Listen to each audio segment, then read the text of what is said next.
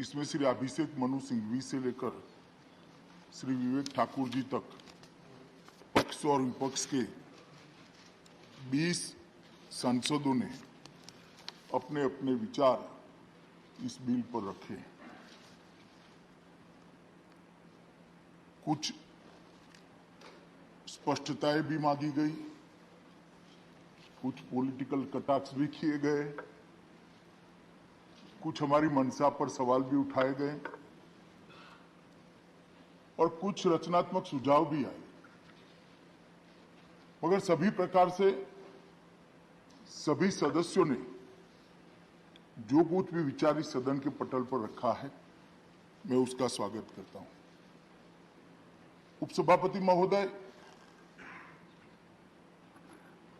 जब मैं bill pilot कर रहा हूं तो मेरा दायित्व है कि बिल के बारे में जितनी भी बातें उठाई गई हैं, वो सभी बातों को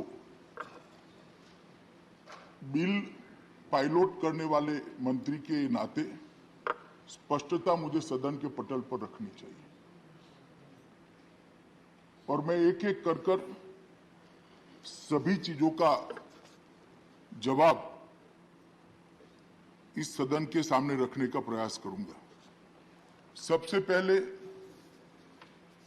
ये बिल लाने की भारत सरकार की संवैधानिक क्षमता पर सवाल उठाया गया कि भारत सरकार ये बिल ला सकती है या नहीं ला सकती। और उस वक्त मान्यवर 1.5 साले फेडरल स्ट्रक्चर और बाकी सारी चीजों के भी बहुत सारे सवाल उठाए गए। मैं सबसे पहले इसको स्पष्ट करना चाहता हूं। मान्यवर, यह विधेयक संविधान के अनुच्छेद 239 ए में प्रदत्त संसद की शक्तियों के अनुरूप लाया गया है। अगर इसको ध्यान से कोई पढ़ लेगा तो सारे कंफ्यूजन वहीं पर समाप्त हो जाए। अनुच्छेद 239 ए के साथ अनुच्छेद 239 ए 3B के अनुसार संसद को दिल्ली संघ राज्य क्षेत्र या उसके किसी भी भाग के बारे में किसी भी विषय पर कानून बनाने का अधिकार प्राप्त है। इसके अतिरिक्त अनुच्छेद 239 ए 3C, इसके तहत संसद को राष्ट्रीय राजधानी क्षेत्र दिल्ली विधानसभा द्वारा बनाए गए किसी भी कानून को संशोधित करने का, उसके स्वरूप को बदलने का या उसको निरस्त करने का भी अधिकार प्राप्त है। संघीय ढांचे की बात सारे लोग करते हैं। कल कोई तमिलनाडु में हो जाएगा, गुजरात में हो जाएगा, महाराष्ट्र में हो जाएगा। ना जी, मैं नहीं कर सकता वहां पर, क्योंकि वो पूर्ण राज्य है। आप ये सारी आर्ग्यूमेंट करते वक्त ये भूल जाते हैं कि दिल्ली राजधानी क्षेत्र पूर्ण राज्य नहीं, इसका यूटी से भी एक अलग स्टेटस है और इसके लिए संविधान के अंदर अलग प्रोविजन है।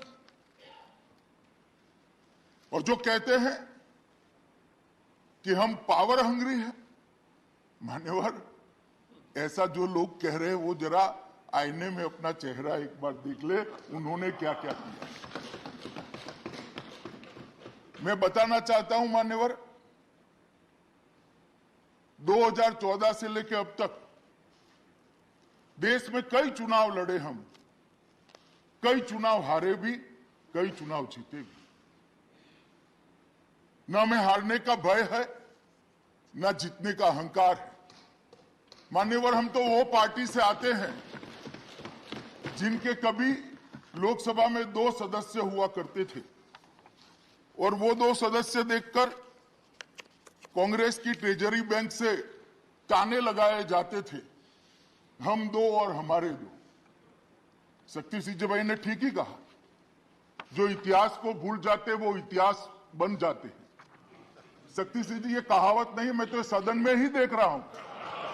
जो इतिहास को भूल जाते हैं वो इतिहास ही बन जाते हैं। जो ताने लगाते थे साहब हमें कि हम दो हमारे दो, उनको मालूम नहीं था लोकतंत्र में सर्वशक्तिमान परिवार नहीं होता है, 130 करोड़ की जनता हो, 130 करोड़ की जनता हो। और आज भी मैं कहता हूं, जो इतिहास को भूल जाते हैं वो इतिहास बन जाते हैं। हम नहीं भूले इतिहास को। मान्यवर, मैं इस बात पर बाद में आऊंगा। सबसे पहले मैं जो फेडरल स्ट्रक्चर की दुहाई देते हैं और यहां पर जो चर्चा होती है उसमें हम अनजाने में, अज्ञान से या आशय के साथ जो भी बात करते हैं, इसको देश श्रद्धा से देखता है। अगर गलत बात करते हैं तो गुमराह भी होता है। इसलिए मेरा दायित्व है कि जो गलत बातें करी गई है उसका मैं एक एक कर स्पष्ट उल्लेख करूं। ये बिल फेडरल स्ट्रक्चर पर किसी भी एंगल से, किसी भी दृष्टि से कोई आघात नहीं करता। मान्यवर, फेडरल स्ट्रक्चर पर तो आघात तब होता जब किसी पूर्ण राज्य के लिए मैं बिल लेकर आता। सबको मालूम है दिल्ली संघ राज्य है और राजधानी क्षेत्र के सरकार का एक अलग कानून है, इसके लिए एक अलग प्रोविजन किया है। और जो लोग सत्ता में हैं और हर रोज आहे तौबा करते हैं, उनको चुनाव लड़ते वक्त ये देख लेना चाहिए कि लड़ने के बाद कितने अधिकार मिलेंगे। अगर ये अधिकार से संतुष्टि नहीं है तो नहीं लड़ना चाहिए। आप संघ राज्य क्षेत्र का, एनसीडी का चुनाव लड़ो, यहां राजधानी क्षेत्र का चुनाव लड़ोगे और मांग और महत्वाकांक्षा पूर्ण राज्य की रखोगे, ये तो संभव ही नहीं। कहीं न कहीं आपकी सोचने में थोड़ा फर्क है। इसको रिपेयर कर लीजिए तो सारी चीजें अपने आप समझ में आ। इसको समझने के लिए मान्यवर स्पिरिट से संविधान को देखना पड़ेगा। अभी कांग्रेस के अभिषेक मनु सिंघवी जी और शक्ति सिंह भाई भी यही बात को कहते हैं। हालांकि शक्ति भाई बाद में मोरालिटी पर आ गए संविधान से निकलकर, परंतु मैं उनको एक बात कहना चाहता हूं। मान्यवर, जब ये कानून लाया गया तब तत्कालीन देश के गृह मंत्री ने जो बात कही है मैं पढ़ना चाहता हूं। और मैं बता दूं, वो हमारी पार्टी के नहीं थे, उन्हीं की पार्टी के श्री चिदंबरम जी थे और बहुत अच्छे धाराशास्त्री भी हैं। उन्होंने जो मैं कह रहा हूं वो सभी लिखा है। संविधान के अनुच्छेद 300 और 239A 3C के तहत परंतु के आधार पर डीएमसी अधिनियम 1957 में संशोधन करने वाला अगर विधानसभा करती है तो कोई भी विधेयक राष्ट्रपति के सहमति के बगैर अमल में नहीं आ सकता। एक, इसके अलावा संसद के पास केंद्र शासित प्रदेश GNCDTD के लिए किसी भी मामले, ब्रैकेट में उन्होंने स्पष्ट किया अपनी पेन से, अर्थात तीनों सूचियों में से कोई भी मामला के संबंध में कानून बनाने की समवर्ती शक्तियां निहित है। इसके अलावा संविधान के अनुच्छेद 239A 3C के दूसरे प्रावधान के तहत भले ही संशोधन अधिनियम को सहमति दी गई हो, संसद मतलब वो अधिनियम जो दिल्ली सरकार ने पारित किया है, सहमति दी गई हो, संसद किसी भी समय एक ही मामले में किसी भी समय एक ही मामले में कोई भी कानून बना सकता है, इसको संशोधित भी कर सकता है, इसको निरस्त भी कर सकता है, जो मैं कर रहा हूं।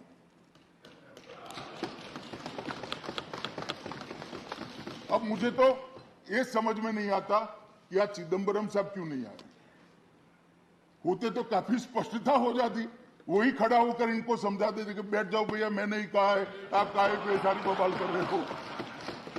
अगर होते तो कह भी देते मान्यवर, मगर मालूम नहीं कल मेरा भाषण सुनकर ना आए या इनको थोड़ी सरलता रहे बात करने की, इसलिए नहीं आए।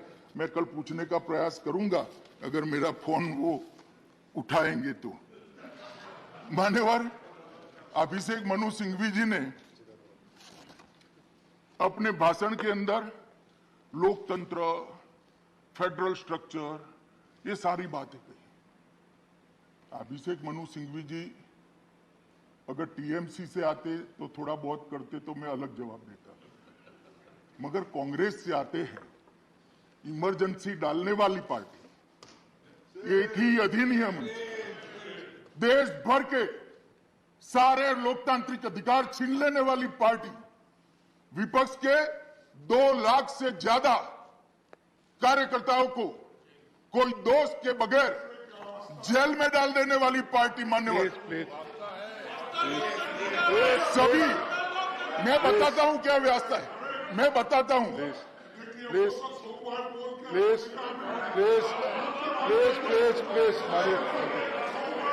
माननीय गृह मंत्री जी बोले, कृपया सीट पर बैठ कर। मान्यवर प्लीज सारे देश के अखबारों की स्वतंत्रता का गला घोटने वाले पार्टी, पिक्चर के गाने ड्यूएट होते थे, वो भी किशोर कुमार की आवाज छुपा देने वाली, कटवा देने वाली पार्टी आज लोकतंत्र की दुहाई दे रही है। और फौजिया खान जी ने ठीक कहा, प्लीज फौजिया खान जी ने ठीक कहा प्लीज कि कोई इसका समर्थन नहीं कर रहा। आज भी ये समर्थन करे मुझे रोक टोक कर, आज भी समर्थन कर रहे हैं। मान्यवर फौजिया खान जी ने ठीक कहा कि देश में इमरजेंसी का कोई समर्थन नहीं कर सकता, ना करना चाहिए, ना आज भी मैं आपको कहता हूं मत करिए, वरना बहुत दिक्कत है। प्लीज प्लीज प्लीज प्लीज माननीय गृह मंत्री प्लीज मान्यवर बोले, सीट पर सीट पर मान्यवर बोले, प्लीज प्लीज। तो आप टिप्पणी आप नकारते हैं क्या? प्लीज आपस में बात न करें प्लीज। मान्यवर उन्होंने कहा कि प्लीज प्लीज मान्यवर उन्होंने कहा कि केवल और केवल भय के कारण बिल लाया गया है। भय किस बात का भय? चुनाव के हार का भय? हम तो लोकतंत्र में मानते हैं हार कभी भी किसी की भी हो सकती है, हमारी भी हो सकती है, आपकी भी हो सकती है, किसी जनता जो तय करेगी वो जीतेगा, नहीं करेगी वो नहीं करेगा। मगर एक मैं छोटा सा सवाल पूछना चाहता हूं, भय किसको है मान्यवर? क्यों अभी चुनाव कराना है? 6 महीने बाद करोगे तो हार जाओगे क्या? भय किसको है? हम एक व्यवस्थापन खड़ा करने के लिए 6 महीना मांग रहे हैं, तो बाद में हार जाओगे क्या? लोकप्रियता डाइल्यूट हो जाएगी क्या? मान्यवर मैं आपको बताना चाहता हूं, यहां पर कांग्रेस पार्टी ने कहा कि निचले मतलब स्थानीय निकायों के अंदर चुनाव समय पर होना चाहिए। महाराष्ट्र में क्या हो रहा है अभी? कितने चुनाव अटका कर बैठ गए? क्यों बैठ गए? अगर स्पीड थी तो भाषण में कहते हमारी महाराष्ट्र सरकार भी ठीक नहीं कर रही है। और ये हमारे माननीय सदस्य तृणमूल कांग्रेस के जवाहर सरकार जी बोले, मैं जवाहर सरकार जी को बताना चाहता हूं, जवाहर सरकार जी अभी क्या हुआ है बंगाल के अंदर, जरा बोल देते अच्छा लगता। आप तो कम से कम स्पिरिट वाले लगते। 2020 में चुनाव होना था, 22 में कराया, कोई कारण नहीं। और एडमिनिस्ट्रेटर भी अपने एमएलए को बनाया, अपने एमएलए को बनाया। क्या बोल रहे हैं भैया आप? कहां बोल रहे हैं? ये अज्ञानियों का मेला है क्या? कोई बंगाल को नहीं देखता? हम देख रहे हैं साहब। कम से कम आप तो मत बोलिए, आप तो मत बोलिए, और लोग बोले जिन्होंने नहीं किया है। और आज भी मान्यवर 2022 हो गया, 20 में चुनाव ड्यू थे, 4 कॉरपोरेशन और 108 नगर पालिकाओं में चुनाव नहीं कराया गया है। कोई कारण भी नहीं कहता है और हमें पूछ रहे हैं कि चुनाव ठाल रहे हो। अरे भाई, जरा आईने में अपने आप को देखो, आत्मचिंतन करो। हमें पावर हंग्री कहा जा रहा है। मैं कभी नहीं छिपाता मान्यवर, मैं कह देता हूं, मैं चाहता हूं कि हर चुनाव में मेरी पार्टी जीते, ऐसी मेरी मंशा भी है और हम प्रयास करते हैं। इसमें कोई बुराई नहीं है। लोकतंत्र में हर दल प्रयास करेगा। तो क्या आप चुनाव हारने के लिए मैदान में उतरते हो? हर पार्टी चुनाव जीतने के लिए मैदान में उतरती है, मगर हमारा रास्ता कार्यकर्ताओं को मार देने का नहीं है जवाहर साहब। कार्यकर्ताओं की पत्नियों पर बलात्कार करने का नहीं है। उनको उड़ीसा तक भाग जाना पड़े, ये हमारा रास्ता नहीं है। हमारा रास्ता चुनाव का रास्ता है। चुनकर हम आना चाहते हैं, लोकतंत्र के आधार पर आना चाहते हैं। हमारी मंशा पर कैसे सवाल कर रहे हैं? मान्यवर, मैं बताना चाहता हूं ये क्यों लाना पड़ा है। आज मैं जब यहां पर हूं तब संजय भाई ने कहा फोबिया हो गया है। संजय भाई की तरह भाषा का प्रयोग मैं नहीं कर सकता मान्यवर। आजकल कर मुझे 27 साल हो गए किसी ने किसी विधायिका में रहते हुए। मैं इसी भाषा का प्रयोग नहीं कर सकता, परंतु सदन की मान्य भाषा में जवाब जरूर दूंगा और मेरा अधिकार है मान्यवर। उन्होंने कहा कि फोबिया हो गया है। अरे भाई, फोबिया कैसे होगा? किसको होगा? आप हमारी डिपॉजिट जमानत का आधा डेटा लेकर आए, मैं दे देता हूं। बहुत इससे भी ज्यादा गई है हमारी जमानत। कोई नई बात नहीं है, मगर एक म्युनिसिपैलिटी जीतकर हम ऐसा नहीं कहते थे कांग्रेस को हमारा फोबिया हो गया है। ऐसा अहंकार हम नहीं पालते थे। हम भी देखे हैं समय भाई, बोटाद में हमारी म्युनिसिपैलिटी जनसंघ जीत गई तो आनंद हो जाता था, कह रहे भाई चलो एक बार म्युनिसिपैलिटी जीत गए। परंतु बाद में यहां आकर अटल जी ये नहीं कहते थे कि जवाहरलाल जी आपको अटल बिहारी वाजपेयी का फोबिया हो गया। मान्यवर, इस चुनाव में ऐसा क्या परिणाम आया है? क्या परिणाम ऐसा आया जिससे हम डरे? मैं बताता हूं।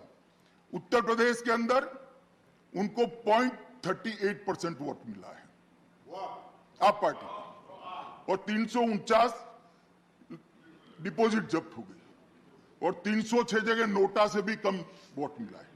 नहीं, मैं फोबिया का जवाब दे रहा हूं रमेश भाई। हमें फोबिया होने का कोई कारण ही नहीं है। मैं जवाब देता हूं पूरा। उत्तराखंड में 68 जमानत जब्त हो गई 70 में से, गोवा में 39 में से 35। प्लीज प्लीज प्लीज बोलता हूं मैं। माननीय एलओपी प्लीज प्लीज सीट पर बैठ कर बात करें। माननीय एलओपी प्लीज प्लीज प्लीज। और मान्यवर, कोई माननीय गृह मंत्री अभिषेक मनु सिंघवी जी ने कहा, प्लीज अभिषेक मनु सिंघवी जी ने कहा कि हम भय से और भय के आक्रांत से बिल लेकर आए। मान्यवर, मैं उनको बताना चाहता हूं कि 5 राज्यों में 454 जगह पे उनकी डिपॉजिट। मुझे तो कोई डरने की जरूरत नहीं है। 4 राज्य में नरेंद्र मोदी जी के नेतृत्व में हमने फिर से सरकार बनाई। हमें डरने की जरूरत नहीं मान्यवर। मगर ये सवाल पूरा जो खड़ा हो रहा है वो भय का नहीं है। जिस प्रकार का, अब मैं फिर से सवाल कहता हूं, फिर से शब्द प्रयोग करूंगा, सौतेला व्यवहार आप पार्टी की सरकार ने तीनों निगमों के साथ किया है। इसके कारण एक बिल लेकर आना पड़ा। मान्यवर, हमसे तो दुश्मनी हो सकती है, दिल्ली की जनता से क्या दुश्मनी है? उन्होंने तो आपको वोट दिया है, सरकार बनाने का मौका दिया है। भाजपा की खुंदक दिल्ली की जनता पर क्यों निकाल रहे हो? मान्यवर, मैं कुछ बताना चाहता हूं। यहां पर चौथा वित्त आयोग तो पूरा उन्होंने सिरे से निकाल दिया, चलो छोड़ दो। दिल्ली का 5वां वित्त आयोग, जिसमें अनुशंसा की गई कि दिल्ली सरकार ने 40,561 करोड़ रुपया तीनों निगमों को देना है प्रोरेटा। दिल्ली सरकार सहमत नहीं हुई। 21,000 करोड़ के आधा कर दिया। 21,000 करोड़ से सहमत हुई, 19,000 करोड़ तो उड़ा ही दिया। 21,000 करोड़ भी पूरा नहीं दिया मान्यवर, और इसका कारण भी नहीं दिया। क्यों नहीं दिया? हमने राजधानी क्षेत्र दिल्ली सरकार ने महत्वपूर्ण अनुशंसाओं को जो 5वें दिल्ली वित्त आयोग ने की, उसको मानो ऋण माफी नहीं माना, शिक्षा क्षेत्र व्यय की पूर्ण प्रतिवृत्ति जो प्राथमिक शालाएं कॉरपोरेशन चला रही है नहीं माना, स्वच्छता पर व्यय के लिए वित्त पोषण नहीं माना, बकाया ऋणों पर ब्याज माफ करना नहीं माना, और ये कहते कि हम सौतेला व्यवहार नहीं करते।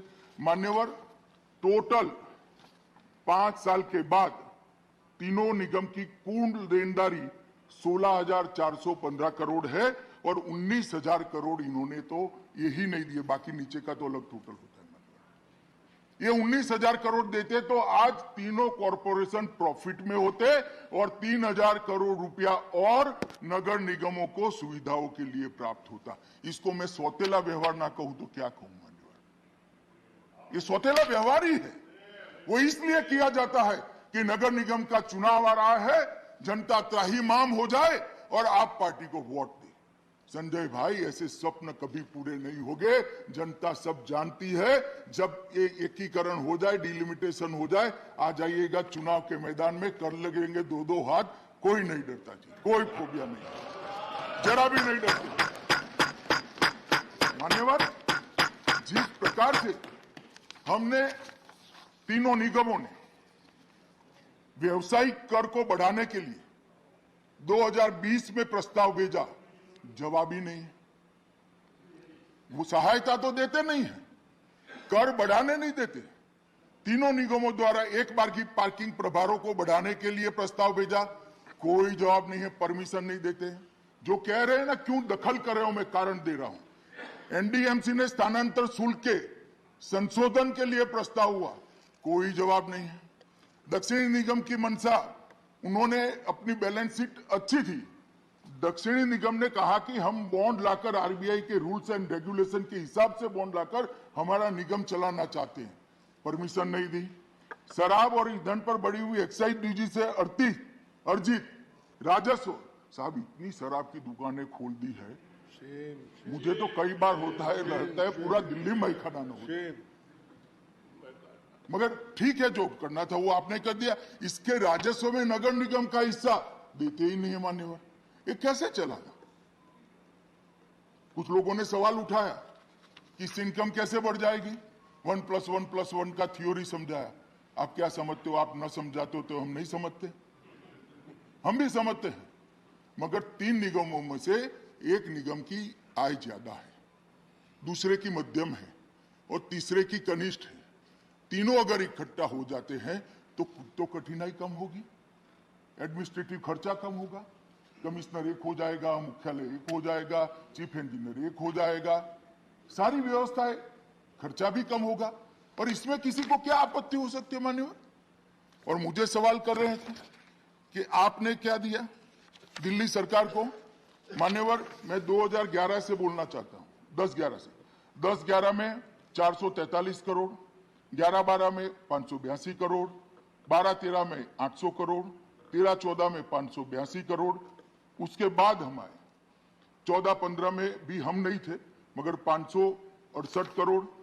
हम आने के बाद 2016-17 में दिल्ली को देने वाला पैसा 817 करोड़, 857 करोड़, 887 करोड़, 19 में 812 करोड़, 20 में 1116 करोड़, 21 में 1030 करोड़ और 22 में 1000। मान्यवर, इसमें भी अर्ध सत्य है। एक तो हमने एक पैसा भी कम नहीं किया है, डबल किया है, जो पहले से कांग्रेस सरकार से चला आता है। मैं नहीं कहता कांग्रेस सरकार कम दे रही थी, मगर जो दिया जाता था उसमें हमने एक आने की भी कटौती नहीं की है। मान्यवर, मैं फ्लोर पर बोल रहा हूं और जिम्मेदारी के साथ बोल रहा हूं। मान्यवर, फिर भी यह अर्ध सत्य है। अर्ध सत्य इसलिए इन्होंने एक ही मत को किया है। टोटल कर एवज में केंद्रीय सहायता, ग्रांट इन एड, यूटी का आपदा राहत फंड, एक्सटर्नल एड और प्रोजेक्ट्स, ये सब मिलकर बहुत बड़ा फंड होता है। पुलिस का खर्चा पूरा भारत सरकार उठाती है। ये सब मिलाकर 17,000 करोड़ से ज्यादा हर साल दिल्ली की जिम्मेदारी भारत सरकार की।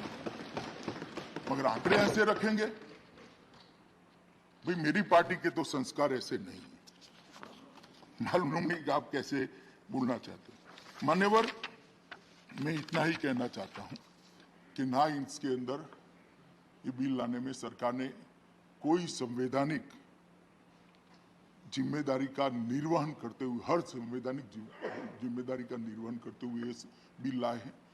ये बिल में हमारी कोई मंशा नहीं है, न ही इस बिल के लागू होने के बाद, निगमों की तिथि समाप्त होने के बाद हम कोई पॉलिटिकल एडमिनिस्ट्रेटर रखने वाले हैं।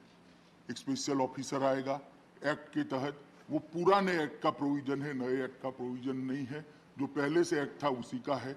हम कोई पॉलिटिकल व्यक्ति को नहीं रखेंगे बंगाल की तरह। मान्यवर, एक स्पेशल ऑफिसर आएगा, दो ऑफिसर इसको चलाएगा। और चुनाव भी मान्यवर समय पर ही होंगे। चुनाव के समय से हमें ना अभी डरने की जरूरत है, ना 6 महीने के बाद डरने की जरूरत है। मगर 6 महीने के बाद जिन लोगों को डर लग रहा है उनको चुनाव का हवा लग रहा है। मान्यवर, हम तो हर जगह ऑल इंडिया पार्टी है, हम हर जगह हर महीना कोई ना कोई स्थानीय इकाई का चुनाव होता है। और हमारी देश में बहुत सारी सरकारें हैं, बहुत सारी जगह पे अलग पार्टी की म्युनिसिपल कॉरपोरेशन है। कभी हमने दोहरा व्यवहार नहीं किया। कांग्रेस के शासन में बहुत सारी म्युनिसिपल कॉरपोरेशन हमारी भी है, कहीं हमारे पास आज तक दोहरा व्यवहार नहीं हुआ। ये पहली बार दिल्ली में सौतेले मां जैसा व्यवहार करने की परंपरा हुई है। दिल्ली की जनता इसको अच्छे से जानती है। मुझे लगता है हमारे गुजरात में कहावत है, हवेली लेता बड़ोदरू खोलू। एक गायकवाड़ की हवेली थी अहमदाबाद में, वो लेने के लिए गायकवाड़ सरकार हमला लेकर आए और कोई बड़ोदरा ही पूरा छिन गया था। अगर आप इस तरह से सत्य जो नहीं है वो बताते रहेंगे, असत्य बात सदन के अंदर करते रहेंगे, तो मान्यवर एमसीडी लेते लेते दिल्ली सरकार शायद आपकी न चली जाए, इसकी जरा चिंता करना।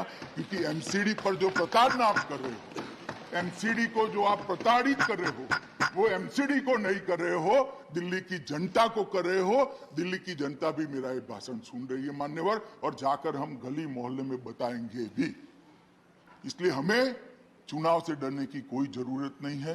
एक आनंद फानंद में बहुत बड़ी गलती हो गई थी, शायद वो गलती के बाद भी राज्य सरकार का सौतेला व्यवहार न होता तो निगम चला भी लेते। मगर आज स्थिति ऐसी हुई है मान्यवर कि चलाना असंभव है। इसके लिए इसको एकीकृत करने का मैं प्रस्ताव लेकर आया हूं। कृपया सभी लोग इसका समर्थन करें। ऐसा सब